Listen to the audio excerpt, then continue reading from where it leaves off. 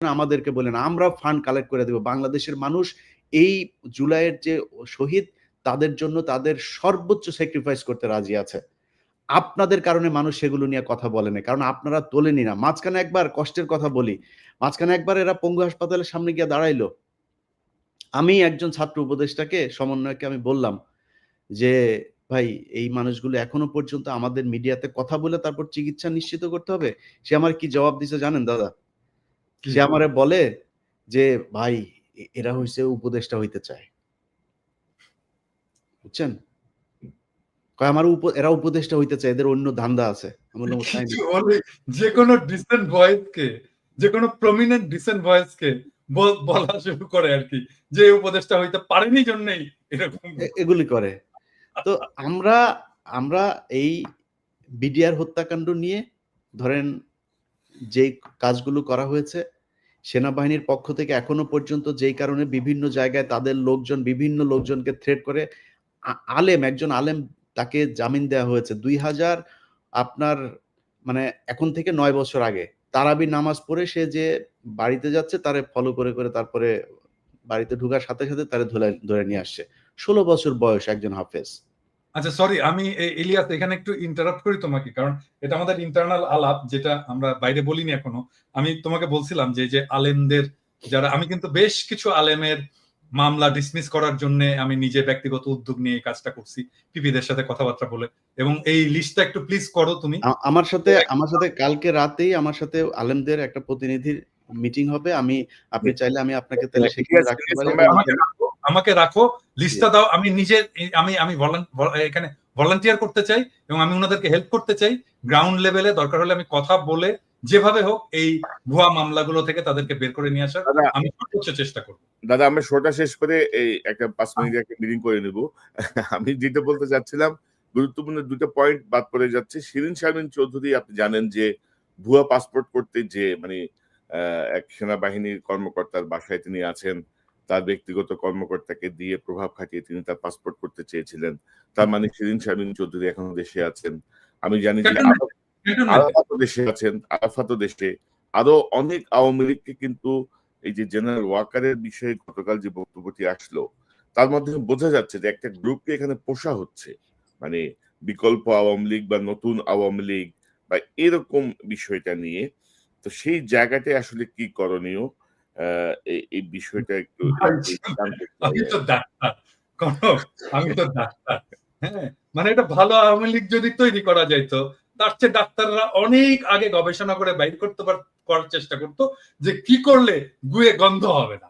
হ্যাঁ, তাহলে এটা এটা যেহেতু পাওয়া যায়নি, এটা যেহেতু পসিবল হয়নি, ভালো আওয়ামী লীগও তৈরি করতে পারবে না কোনোদিনই না। আওয়ামী লীগ সবসময় ফ্যাসিস্ট হবে, কারণ আওয়ামী লীগ আসলেই একটা ফ্যাসিস্ট দল। তার কনস্টিটিউশন থেকে শুরু করে তার পলিটিক্স টোটালি ফ্যাসিস্ট। তো এই যে শিরিন শারমিন বা এই জাতীয় কিছু আওয়ামী লীগ নেতা, গুচ্ছ নেতা বসে বসে আরামাইশ করবে মানে এর মধ্যে অফিসার্স মেসে বা কনক ভাই ওইটা না, আমি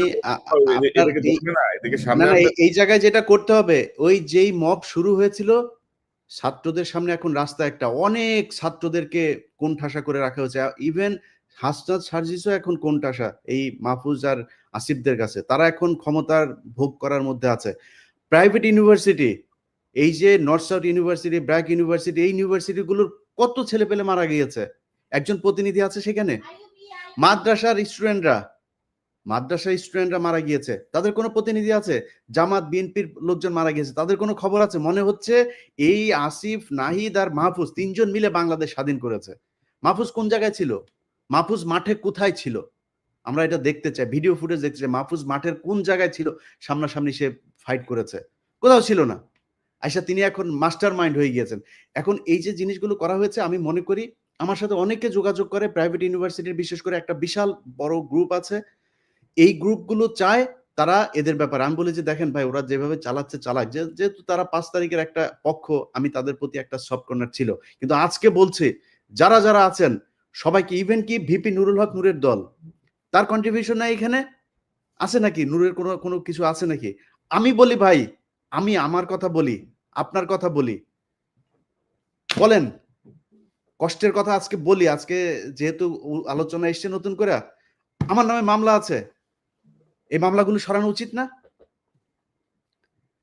এমন কোন উপদেষ্টা কেউ ফোন করেছে আমাকে এখন পর্যন্ত যে ভাই কি হয়েছে, কোথায় আছে আপনার মামলা? আসিফ নজরুলের ওই নারী কেলেঙ্কারি করবো, তখন আসিফ নজরুল ফোন করে, ইলিয়াস আপনার কি কি আছে আমার একটু দেন। আরে বেটা, তোর কাছে আমার দেওয়া লাগবে কেন? তুই আগে চাইছিস আমার কাছে? আগে চাস নাই কেন? আগে যদি চাইতি তাহলে তোর আমি দিতাম। এরপরে আজ পর্যন্ত কেউই করে নাই, কেউ করে নাই। আমরা এটার কোনো পক্ষ না?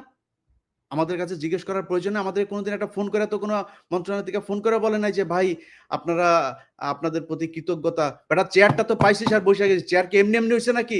এই বাংলাদেশে আজকে যে মানুষের যে ভারত বিরোধী যে মনোভাব, এটা ইলিয়াস, পিনাকি, কনক স্যার তারা তৈরি করেছে, এই জন্য হয়েছে। এত সহজে আসে নাই। যেই সময় আপনারা কথা বলতে পারেন নাই, যেই সময় কনক স্যারের বোন জেলখানায় ছিল, সেই সময় আপনারা কই ছিলেন? কোথায় ছিলেন? কি ছিল? একটা পোস্ট করতে পেরেছেন ফেসবুকে? এখন মুখ বড় করে অনেক বিএনপির নেতাও বলে ফেলেন যে বাইরে বসে কিছু মানুষ খায়া দেয়া কাম পায় না। এই কথাটা ৭ মাস আগে বলতি, তাইলে বুঝাইতাম। ৭ মাস আগে বলিস নাই কেন? তো আমি মনে করি বাংলাদেশে সবাইরে তো ঢালাওভাবে বলা সম্ভব না। জামাত, বিএনপি, হেফাজত, এই প্রাইভেট ইউনিভার্সিটি, পাবলিক ইউনিভার্সিটি, এই যে এখন দেখেন যেখানে যাচ্ছে তারা মার খাচ্ছে। কারণ কি? কারণ ওই পক্ষটা তাদের এই কার্যক্রমকে পছন্দ করে না। সো আমি মনে করি তাদের কালকে থেকে যেখানে যেখানে সময় টিভিতে এখন পর্যন্ত খুনিরা বসে অফিস করে। ভাই খুনি কেমনে অফিস করে? তা বলেন তাইলে যে কেউ মারা যায় নাই। আপনি হত্যা মামলার আসামিরা আপনি অফিস করতে দেন। এটা কোন ধরনের নাটক? আশিক রহমান, এই যে আরটিভির হত্যা মামলার আসামি, কই? আপনি তারা ধরেন না। সো কালকে থেকে লিস্টিং করতে হবে কোন কোন অফিসে এখন পর্যন্ত হত্যা মামলার আসামিরা আছে, আওয়ামী লীগের দোষর আছে, সেই অফিসে যায় তারপরে বাই ফোর্স তাদেরকে ওইখান থেকে সরাইতে হবে। সাংবাদিক, প্রথম আলোর যেসব সাংবাদিকরা এই বাংলাদেশে ভুয়া জঙ্গি বানায় তারপরে তাদেরকে 12 বছর গুম করে রেখেছে, তাদেরকে কি করতে হবে? সবচাইতে বড় কাজ যেটা, সেটা হচ্ছে যারা এই 12 বছর গুম ছিল, ভাই আপনারা লোক পান না, কারে কোথায় বসাবেন, কে ভালো মানুষ? আরে ভাই ভালো মানুষের দরকার নেই, খারাপ মানুষের নিয়ে বসান। মনে করেন গুম ছিল, এরা খুব খারাপ মানুষ, ওরে নিয়ে বসান, ও যাই করুক অন্তত বিট্রে করবে না। আওয়ামী লীগকে আনার জন্য ওরা কোনো কাজ করবে না, কারণ ওরা 12 বছর গুম ছিল। এই লোকগুলির কোথাও বসানো নেই। গুম ঘরে নিয়ে যায় পরিদর্শনে, সেখানে হাসিনুর রহমানরে নিয়ে যায় না। আপনি কোন দেশে আছেন? আপনার এই ওয়াকারের গায়ে আগুন জ্বলা যায় হাসান নাসের আর আসিনুরের নাম শুনলে। আপনি কে ওয়াকার মিয়া? আপনার জীবনের সবচাইতে বড় পাপ, আপনি যে দোজকে যাবেন, আপনি নাকি মাগরিব থেকে এসা পর্যন্ত আপনি নাকি কোরআন ছাড়া কিছু বুঝেন না। আমাদেরকে বুঝায় গেল ভাই, আজকে বলি নামটাম না বলি, আমার আর কনক ভাইরে আর্মির প্রতিনিধি দল আইসা নিউ ইয়র্কে এসে বুঝায় গেল উনি মাগরিব থেকে এসা পর্যন্ত কারোর সাথে দেখা করেন না, কোরআন শরীফ পড়েন। এইভাবে নাকি কেমনে পরে চশমা চোখে দিয়ে এইভাবেও দেখায় গেল না, একদম সামনে বসা। আমরা বিশ্বাস করলাম। আমরা কিন্তু তারপর থেকে পিনাকি দাদার কাছে আমি মাপ চাই আজকে। পিনাকি দাদা আমারে বলছে যে তুমি ইয়ারে কেন করলা, ওয়াকারে কেন ব্ল্যাঙ্ক সাপোর্ট দিলা? আমাকে দাদা ইয়ে করেন, দেখেন বিডিআর এর এটা নিয়ে ভালো একটা রেজাল্ট আসবে। ফারাবির এখন পর্যন্ত ছাড়ে নাই। আমারে বললো ইলিয়াস আপনি কি চান? আমি বললাম আমি চাই বাংলাদেশের আলেমগুলো, যেই আলেমরা, যেই ছাত্রদল, ছাত্র শিবির, যেই ইয়েগুলো লোকগুলোকে শেখ হাসিনা 12 বছর জেলে পাঠিয়েছিল তাদের সবাই ছাড়বেন। ফারাবির নাম ধরে বলেছে, ফারাবির এখন পর্যন্ত ছাড়ে নাই। তো পিনাকিদার কথা সেদিন না শুনে আমার ভুল ছিল, আজকে বুঝতে পারলাম। এই জন্য পিনাকিদার কাছে সরি বললাম। অতএব এই জায়গাগুলো ঠিক করতে হবে। আমরা কারোর আর বিশ্বাস করি না, আবার ফের সেই জায়গায় আসতে হবে। যারা আছেন কালকে থেকে লিস্টিং করতে হবে, লিস্টিং করে তারপরে ঠিক করতে হবে কোথায় কোথায় কোন কোন অফিসে আওয়ামী লীগের দালাল আছে। দল নিষিদ্ধের আগে এদেরকে আগে এখান থেকে সরাইতে হবে। নাইলে যারা এখন এই যে আওয়ামী লীগের লোকজন দেখেন, বিএনপির ভাই এবং জামাতের ভাইদের বলি, তারা এখন আপনাদের দলে যাওয়ার জন্য পারাপারি করে না, কালকে দেখবেন সবার আগে আপনারে ধরবে। অতএব জামাত, বিএনপি কোন দলের মধ্যে কোনো ভাগাভাগি নাই। আপনাদের ভেতরে রাজনৈতিক সমস্যা থাকবে, খুনোখুনি হবে, মারামারি হবে, সব হবে, এক জায়গায় এক হইতে হবে। সেটা হচ্ছে আওয়ামী লীগ বাংলাদেশে কোনোভাবে পুনর্বাসিত হইতে পারবে না। ব্যাস, এই জায়গায় আর কোনো কিছু নাই। সবাই প্রস্তুতি নেন, আবার বিপ্লব শুরু হবে ইনশাআল্লাহ। দাদা আপনার কোনো মন্তব্য? আমার নামেও কিন্তু একটা মামলা শুধু খালাস হয়েছে, তাও এটা কিন্তু কেউ উদ্যোগ নেয়নি। কারণ আমার মামলার সাথে ছিল মুশফিকুল ফজল আনসারী আর ওই যে আশিক ছেলেটা তো খুব নামকরা অ্যাক্টিভিস্ট এবং খুব উদ্যমী ছেলে।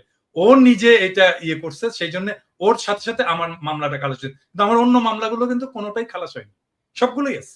আরে আমারও তো একই অবস্থা। আমার তো বোধহয় মামলা 4টা না 5টা, তার মধ্যে একটা গেছে রাষ্ট্রদ্রোহ, যেটা তারেক রহমান সাহেব 1 নম্বর আসামি। ওইটা তাও গিয়েছে, কারণ হচ্ছে 21 টিভির চেয়ারম্যান ওইটার আসামি ছিল, ওনারা যেহেতু কাজ করেছে এখানে, নাইলে হয়তো ওইটাও যাইতো না।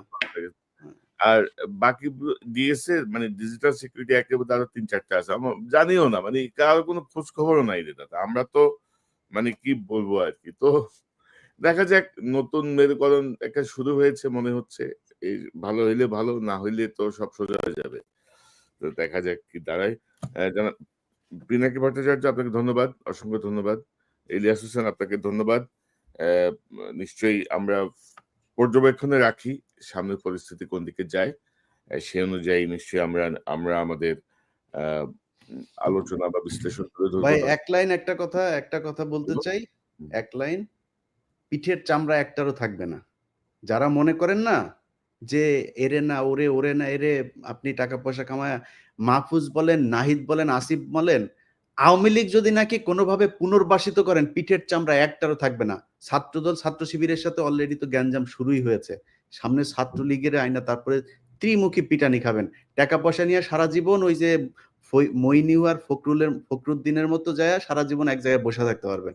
আমি আচ্ছা, আমি ইলিয়াস, পিনাকি কনক সারোয়ার, আমরা কিন্তু বাইরে থাকলেও মানুষ ডাকে, ভাই আসেন দেশে, আসেন না কেন? আমরা এখন দেশে যাইতে পারি, এটা সমস্যা নেই। আসিফ নজরুলের বাপের ক্ষমতা নাই, দেশে গেলে আমার মামলায় আমার আটক করে নিয়ে যাবে। কিন্তু আপনাদের জীবনে কিন্তু যাইতেও দিবেন, কেউই যাইতে দিবেন, কেউই ডাকবে না আপনারে। সো সাবধান, আচ্ছা, পিঠের চামড়া একটারও থাকবে না, সবাই সাবধান থাকেন। ইলিয়াস তোমাদের সাথে দেখা টাকা করতে আসলো, তো আমার সাথে আসে না কেন দেখা করতে? ও বললো না কেন যে দাদার সাথে কথা বলেন না কেন?